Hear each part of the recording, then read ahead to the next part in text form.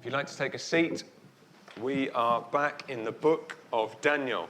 David is going to come and preach for us in a moment. If you don't have a Bible, if you stick a hand in the air, I hope that one might arrive in your hand. If they're welcoming to you, I can see some bustling at the back. Stick your hand in the air if you haven't got a Bible. We're in Daniel chapter 8. Daniel chapter 8. In the third year of King Belshazzar's reign, I, Daniel, had a vision after the one that had already appeared to me. In my vision, I saw myself in the citadel of Susa in the province of Elam. In the vision, I was beside the Ulai Canal. I looked up, and there before me was a ram with two horns standing beside the canal, and the horns were long. One of the horns was longer than the other, but grew up later. I watched the ram as it charged towards the west and the north and the south. No animal could stand against it, and none could rescue from its power. It did as it pleased and became great. As I was thinking about this, suddenly a goat with a prominent horn between its eyes came from the west, crossing the whole earth without touching the ground. It came towards the two-horned ram I had seen standing beside the canal and charged at it in great rage. I saw it attack the ram furiously, striking the ram and shattering its two horns. The ram was powerless to stand against it. The goat knocked it down to the ground and trampled on it, and none could rescue the ram from its power. The goat became very great, and at the height of its power, the large horn was broken off, and in its place, four prominent horns grew up towards the four winds of heaven. Out of one of them came another horn, which started small but grew in power to the south and to the east, towards the beautiful land. It grew until it reached the hosts of the heavens, and it threw some of the starry hosts down to the earth and trampled on them. It set itself up to be as great as the commander of the army of the Lord. It took away the daily sacrifice from the Lord, and his sanctuary was thrown down. Because of rebellion, the Lord's people and the daily sacrifice were given over to it. It prospered in everything it did, and truth was thrown to the ground. Then I heard a holy one speaking, and another holy one said to him, "How long will it take for the vision to be fulfilled? The vision concerning the daily sacrifice, the rebellion that causes desolation, the surrender of the sanctuary, and the trampling underfoot of the Lord's people?" He said to me, "It will take 2,300 evenings and mornings, and the sanctuary will be reconsecrated." While I, Daniel, was watching the vision and trying to understand it, there stood before me one who looked like a man. And I heard a man's voice from the Ulai calling, "Gabriel, tell this man the meaning of the vision." As he came near the place where I was standing, I was terrified and fell prostrate. "Son of man," he said, "understand that the vision concerns the time of the end."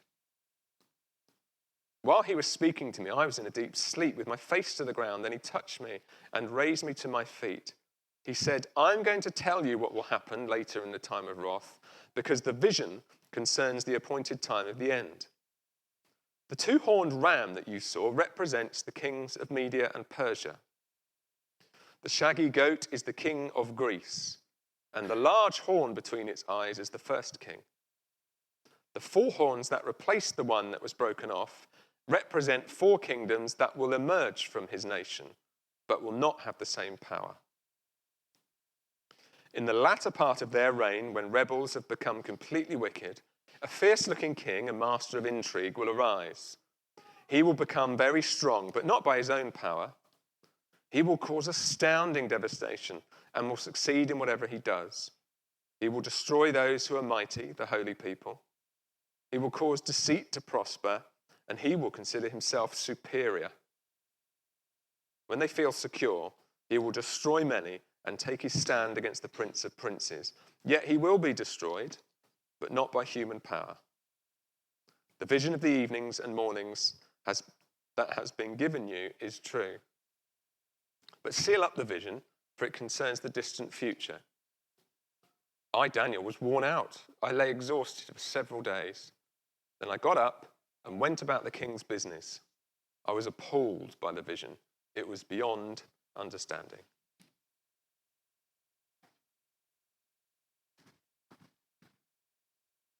Well, great to see you. My name is David, assistant pastor here. You're really welcome. Do keep your Bible open. It'll help us, won't it? After reading that, we're all going, what was that?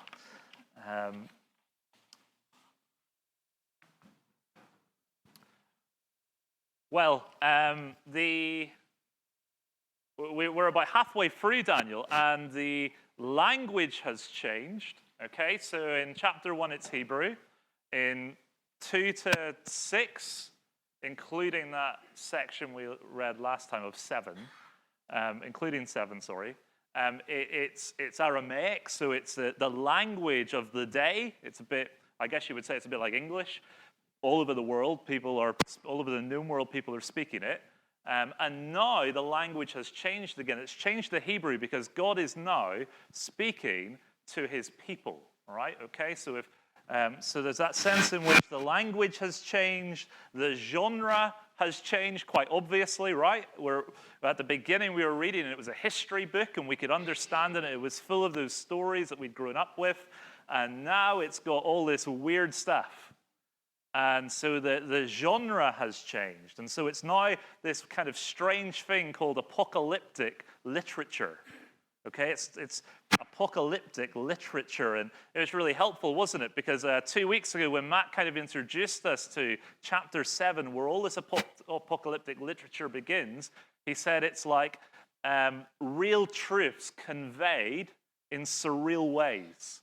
So it's to help us to lean in and listen, and not just to take information, but to feel what it's like.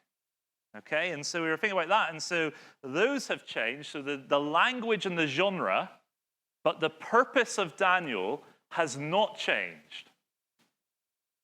The purpose hasn't changed. The question still remains, which king are you going to serve?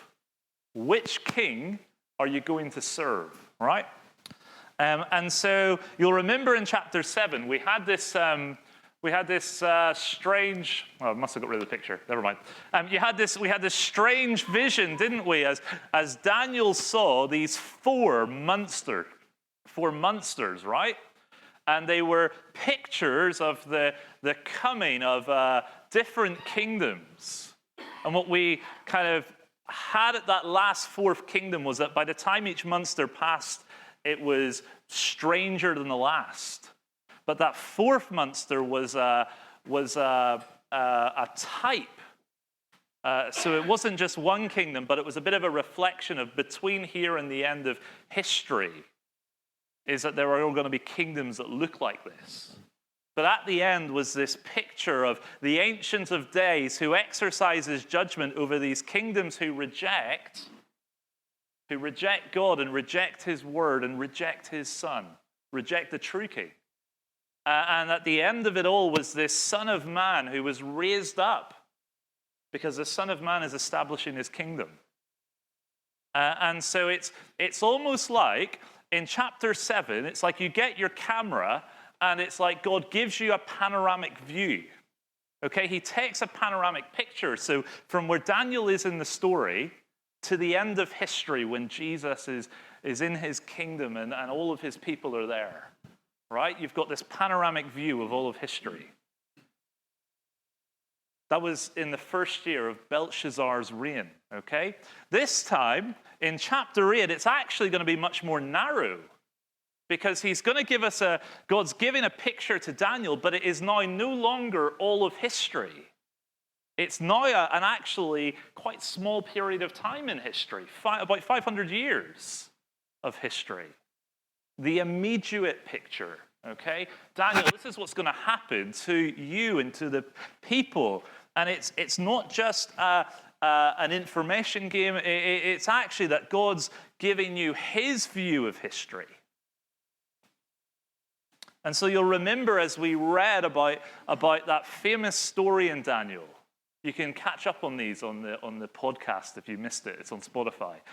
But we had this amazing feast that this king held called Belshazzar, and he held this feast, and he brought out these objects, these cups that had been part of the worship of God in his temple, but had been conquered by Nebuchadnezzar and kind of brought back to Babylon. And he had drank from these cups, and then a hand had appeared. Right? So it's not everything is strange in the second half. It's strange in the first half too at times. A hand appeared and wrote on the wall, kind of where you get the idea of the writing on the wall, that the time had come for Belshazzar's reign to end and the kingdom to end. And Daniel stands up. Daniel's he's not in the palace. He's been kind of forgotten, but the king kind of hears from his mother that Daniel knows things, and so he brings him in, and he has this he goes, "Can you tell me what this means?"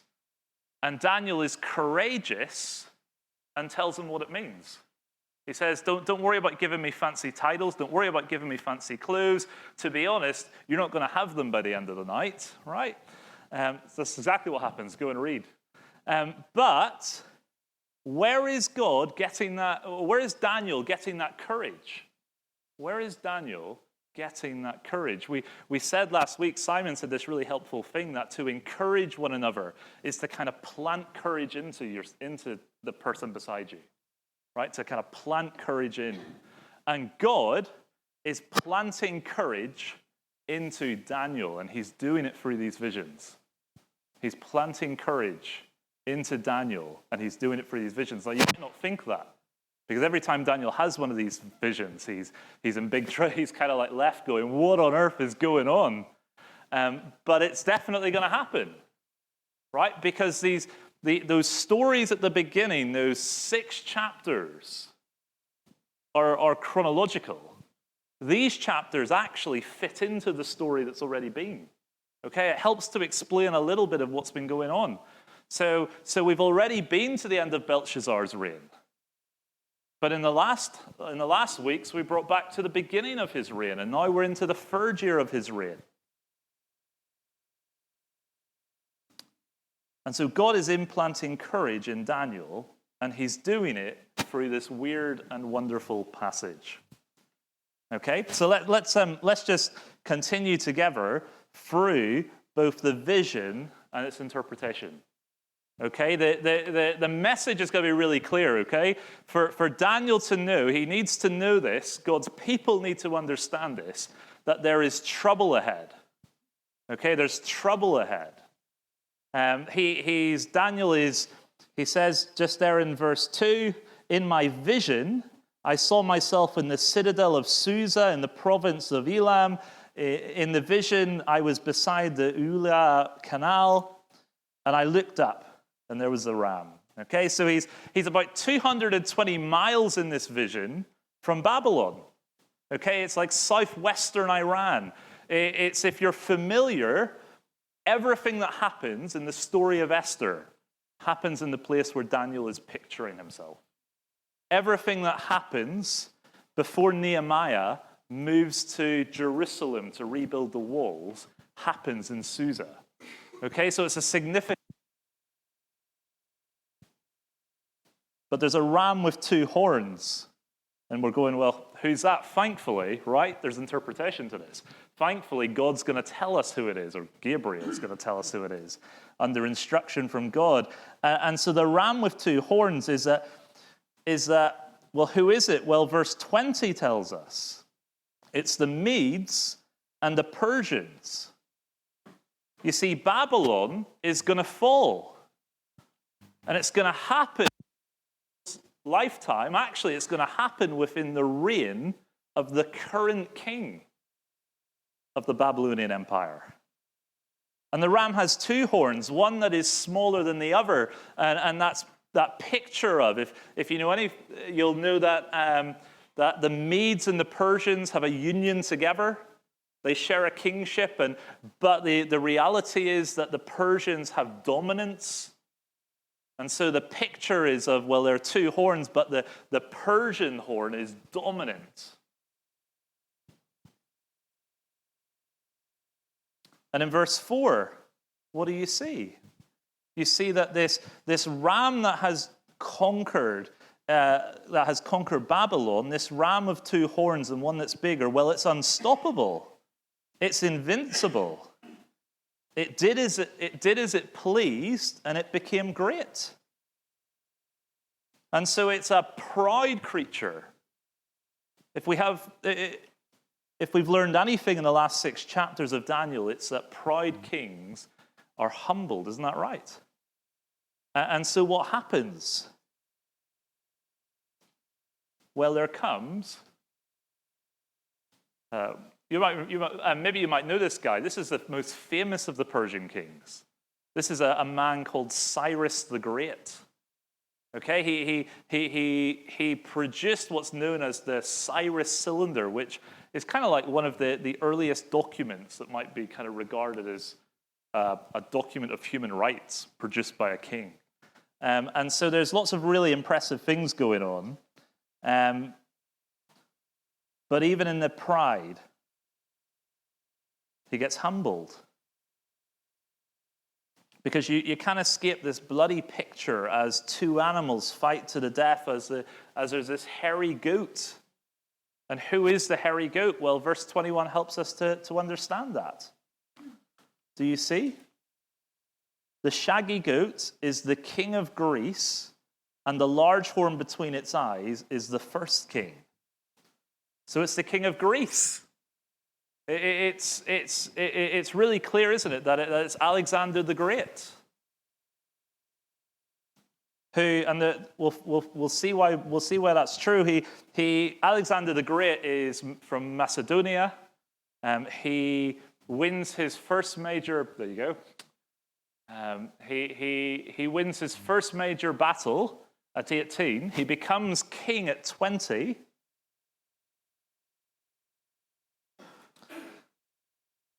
And do you see in verse 5?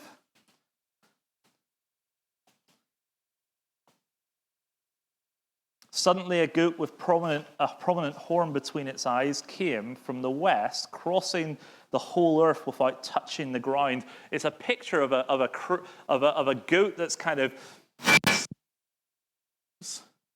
and that is doing so at incredible pace,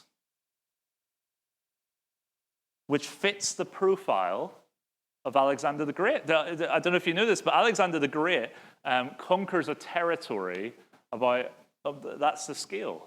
Okay, he's said to travel in his lifetime with his armies 22,000 miles.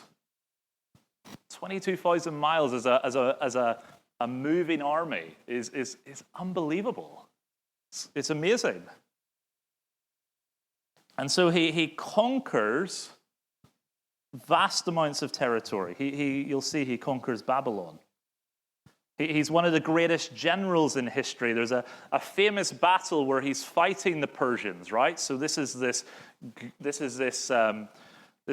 ram that's had its horns smashed. He's fighting them, and the Persians have 100,000 soldiers, foot soldiers, infantry. They've got 10,000 cavalry. And it's just amazing because actually,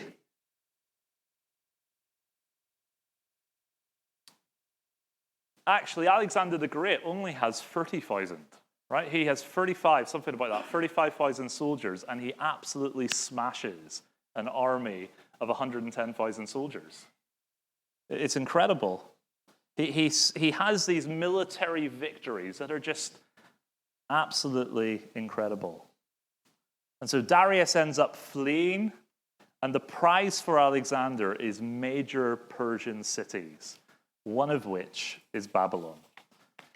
And yet, in the height of his power, a ruler like no other, who is high and proud, he dies at 33. And there's a lot of mystery around his death. So he dies in about 323 BC. It's fascinating. The historians say that that he died in Babylon, Do you remember whenever we talked about Nebuchadnezzar and we said that he loved a good building project and he kind of ended up having multiple palaces all in Babylon in the city? Well, apparently he died in one of those palaces. There you go. And yet, when his kingdom collapses, it falls into the reigns of 4 prominent generals. What did we read in this? What do we read about what happens to the hairy goat? We read that the hairy goat, his kingdom in its might,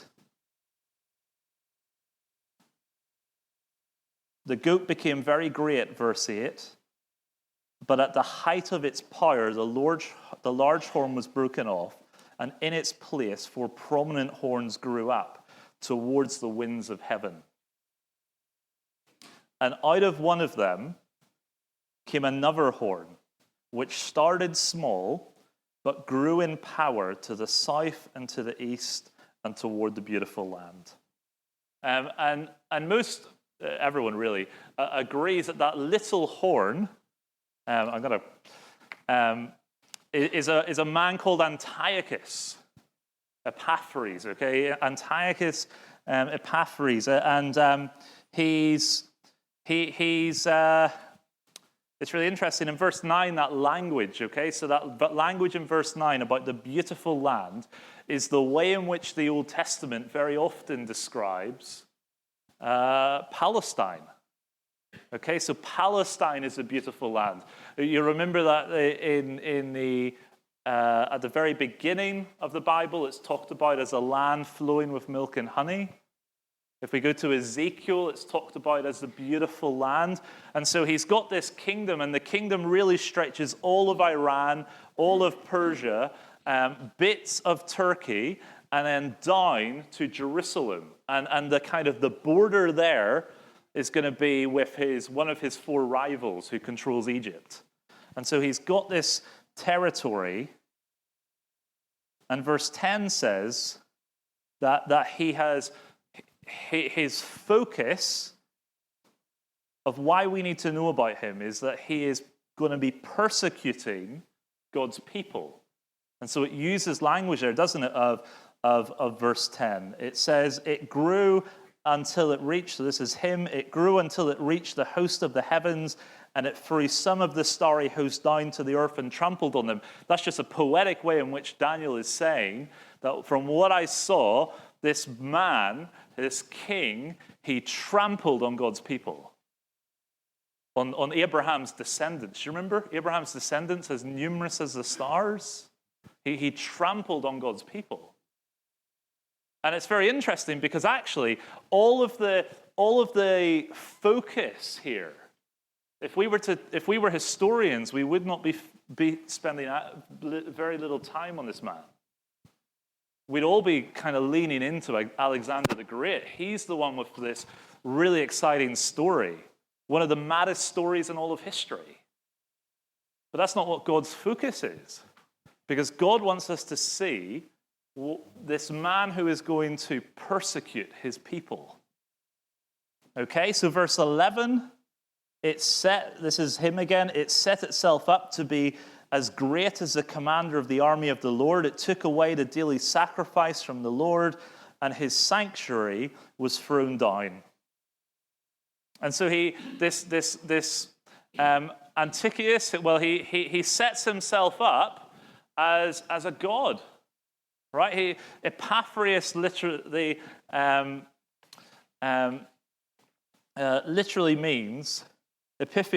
means God manifest. He kind of sets himself up as a god.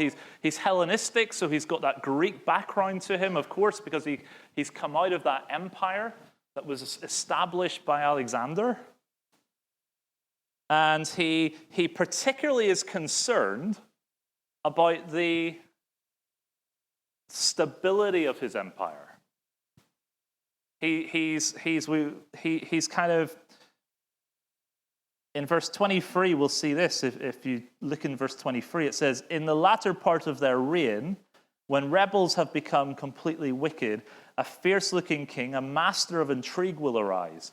He'll become strong but not by his own power. He will cause astounding devastation and will succeed in whatever he does. He will destroy those who are mighty, the holy people. He will cause deceit to prosper. He will consider himself superior. When they feel secure, he will destroy many and take his stand against the prince of princes. And he's this picture of what it looks like to have rebellion against God in a really intense way. It's like if you had a cup of dilute and you put in the quadruple strength and just downed it in one go. That kind of, whoa, that hits you, right? That's the kind of person he is. He has all those qualities that are true of all of us in our rebellion from God, but he has it in a really intense way, and it manifests itself in a really intense way. It manifests itself in a really intense way. And so, historically, this is what he does, okay? He sacks Jerusalem. He sacks Jerusalem. He marches in with his armies. He disrupts the processes that are going on in the temple. He bans the religious life of the Jews. He puts up some sort of statue or some sort of emblem in the temple. Some people think that actually he managed to find a meteor rock and stick it in the temple. But he basically takes the temple, that focal point of all Jewish Jewish worship, of that covenant relationship between God's people and their king, God himself, and he basically tries to replace it. He moves all the furniture out and plants his in, right? That's the kind of picture. He says, this is my house now. He even goes as far as to offer sacrifices to pigs on the altar, on an altar that he sets up. And so he's an active destroyer of the. He wants them all to conform to one religion, to this worship of him. And so the history books kind of refer to this period as the abomination of desolation. You might have heard about the Maccabean revolt, as the Jews respond to this kind of tyranny that he's imposing on them, and they kind of end up factionalizing. And it's interesting. There are those who are orthodox and want to keep to their roots, and there are those that have been shaped by the Hellenistic world around them and who want to just go, I would rather live in peace than fight this guy. And so you've got this split between the Jews, and you've got this political thing going on. We talked about, the scripture talked about intrigue. Well, there's this play going on about who's going to be the high priest. And it's amazing because in verse 24, what does it say? It says that he will become very strong, but not by his own power. He will cause astounding devastation and will succeed in whatever he does. He will destroy those who are mighty, the holy people. He has been raised up by the God of history.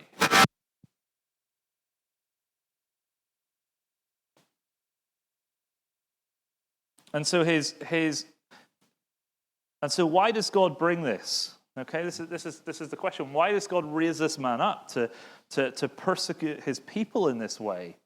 And verse 12 tells us, because of rebellion. The Lord's people and the daily sacrifices were given over to it.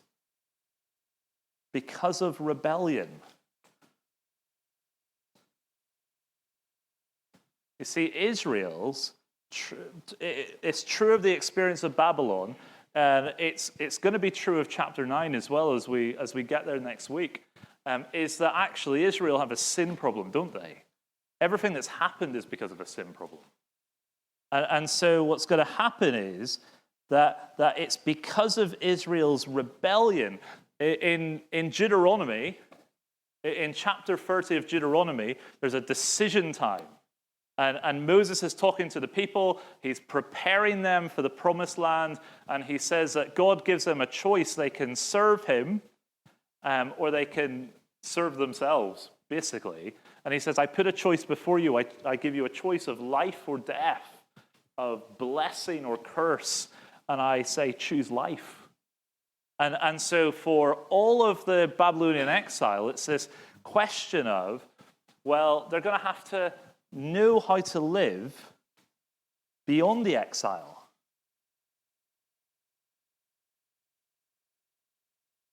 Because the amazing thing about that man, Cyrus the Great, who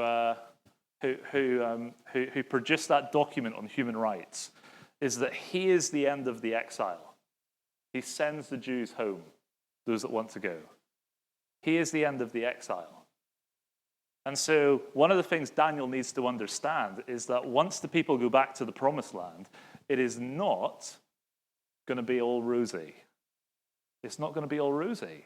That actually, there's going to be great trial when they get back to the promised land because of their sin. Because of their sin. And so there are some lessons for us, okay? So there's trouble ahead, and so there are three things I want to kind of hit home with. You'll be pleased to know that the second half of this is a lot shorter, okay? Bear with me, okay? One is this, take courage, God holds history in his hands.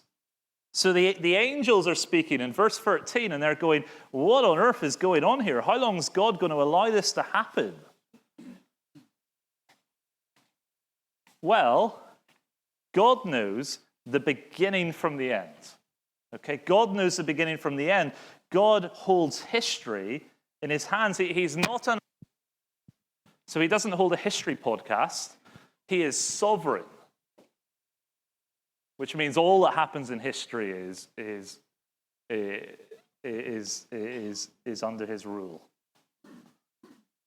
And so he knows the beginning from the end. Just look at this in verse 14. It says, he said to me, it will take 2,300 evenings and morning, then the sanctuary will be reconsecrated, okay? So he understands the time. He's set the time. Verse 17. And he came near the place where I was standing. I was terrified and I fell prostrate. And a son of man, he said to me, understand that the vision concerns the time of the end. Verse 29. Sorry, don't know why it says 29. But it says, but it's amazing, isn't it? Because the end is really specific here. So if we were in chapter 7, the end is all of history, okay? Because we're in chapter 8, the end is the end of this period of suffering, okay? And so when it's talking about it, it's talking about these dates, and there are kind of two ways to look at it. You can go, well, the dates add up to 7 years. Well, it's the end of this reign of this man called Antiochus, or it's half of that, and it's 3 years. And it's to do with the absence of the morning and evening sacrifices. So the temple practice every day is going morning and evening sacrifice, because that is part of covenant relationship in that Old Testament world. And so he's looking and going, this desolation will end, and historically it only takes 3 years. So it lines up really well, lines up perfectly. And so you've got this amazing picture of the God who holds history in his hands. Second thing I want you to do is take courage. God will receive the worship of his people. God will receive the worship of his people. God still has care and concern for his rebellious children. He is covenantly faithful even when they cannot be. Okay, and so the temple practices have all stopped because a tyrant has taken over that house. The covenant can't be functioned from man's side, but God is upholding the covenant on his side. And he's promising that the temple will be reconsecrated. And at the end of this tyranny, that's exactly what happens.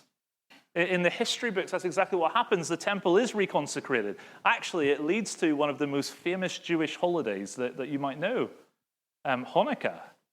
I don't know if you've ever seen that. You'll go, I don't know where that's in this. Well, it's in the future for Israel to have that tradition as they celebrate what it is to be able to go back to the temple. And in this last one, God himself will destroy evil. Take courage. God himself will destroy evil.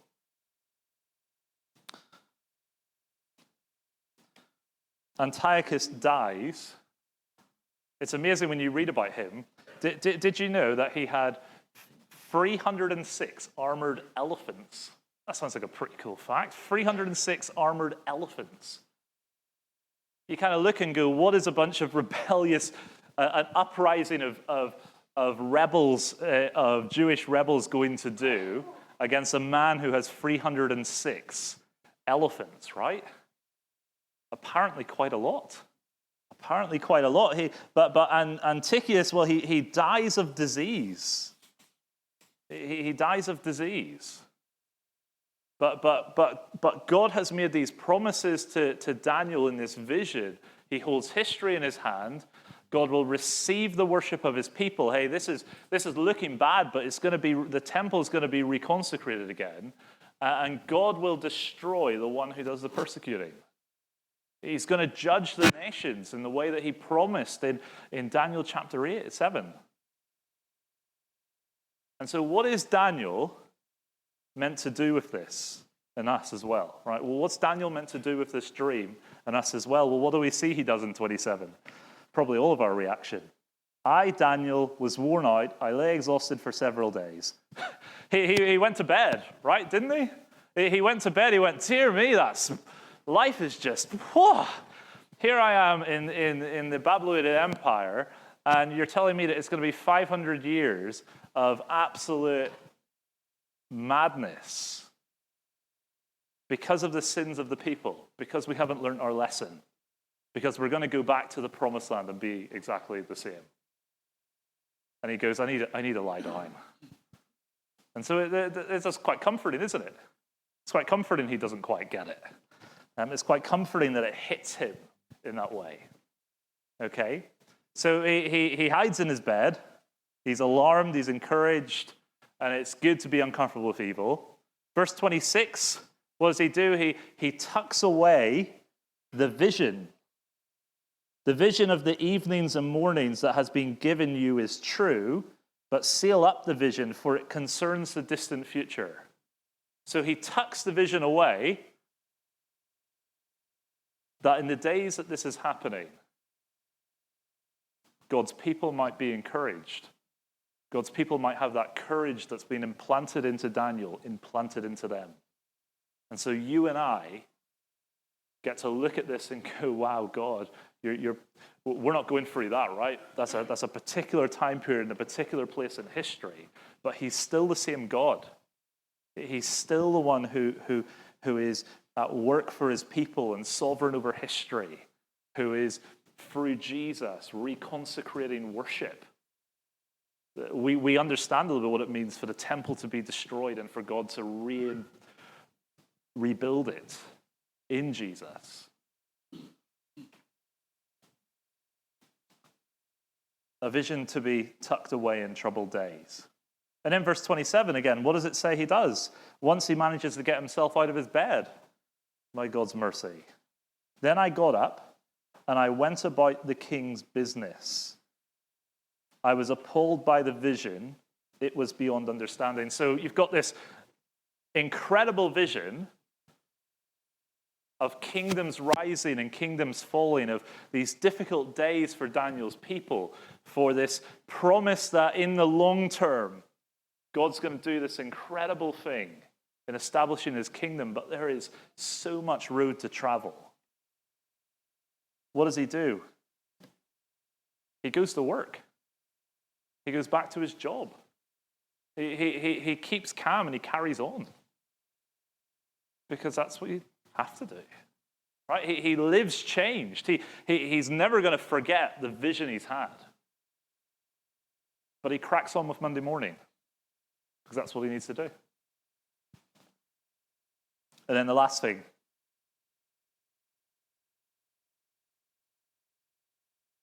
He's ready to be courageous because one day, out of the blue, in a party he's not been invited to, the king summons him one day. And based on the visions he's seen, he knows the story to the end. He knows the story to 500 years' time, in a sense. He's got this sense of that Belshazzar's kingdom is going to fade. It's going to crumble because there are horns after his, and they're going to crumble too. And so he finds himself carrying on every single day through the tussle and bustle of work life in a palace. But one day he's got to speak truth to power. Because one day the king's going to ask him what it says on the wall. And he could have said, I don't know. But he's had this dream. And God's put it there.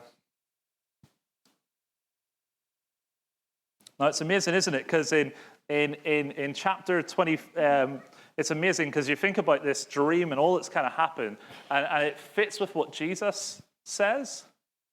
Actually, Jesus says something very similar to this. Jesus is talking about his death, and he's talking about his resurrection, particularly about his death in John 16. And in verse 33, he says this, I have told you these things so that you may have peace. In this world, you will have trouble. But take heart. That's Jesus' way of saying have courage. Take heart. I have overcome the world. I have overcome the world. So God is implanting courage in his people by speaking. Can you imagine if this 500 years of history, if all of these events that happened and God had not spoken? Right? God's people would be lost. They'd be going, is this it? Is this done? Is it all forgotten now? But God is constantly gracious, isn't he? He is constantly preparing his people for difficult days. It's true in the exile, true before the exile, as he kind of makes promises through the prophets of what will happen, that the exile will end. It's true as they go out of the exile, that God makes promises to them that he is going to care for them, even though things are going to be miserable, even though things are going to be really difficult, even in their sin when they're rebellious, and he's going to show them their sin and convict them of their sin and punish them for their sin, that they might be drawn back to him. And so God is implanting courage in his people by speaking, that in troubled times, when which king you serve is tested, you might bear courage beyond persecution. He's implanting courage into you through his word. Let's pray.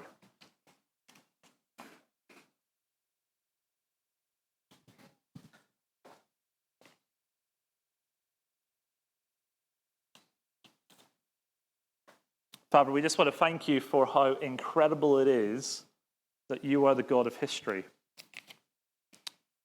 We sing it often.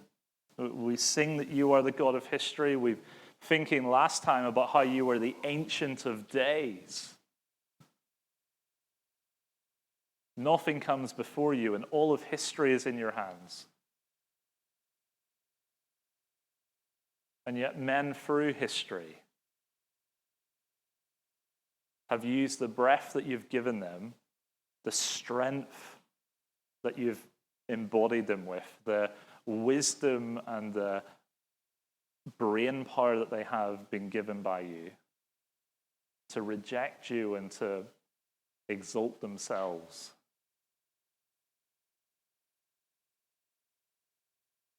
And in rejecting you, to reject your people.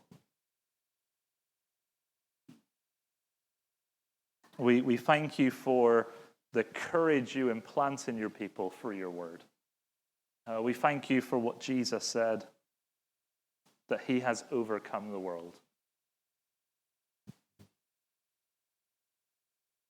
Thank you that he is the one true king. Thank you he's the promised king. Thank you that was we were thinking about last time in chapter 7, that he is the one who is on the throne at the end of history. Kingdoms rise and kingdoms fall, but your kingdom, the kingdom of the Son whom you love, is enduring, lasts forever. These other kingdoms are proud. They look like they're going to stand the test of time. They look unstoppable and unbeatable, and then they crumble. Let that give us courage.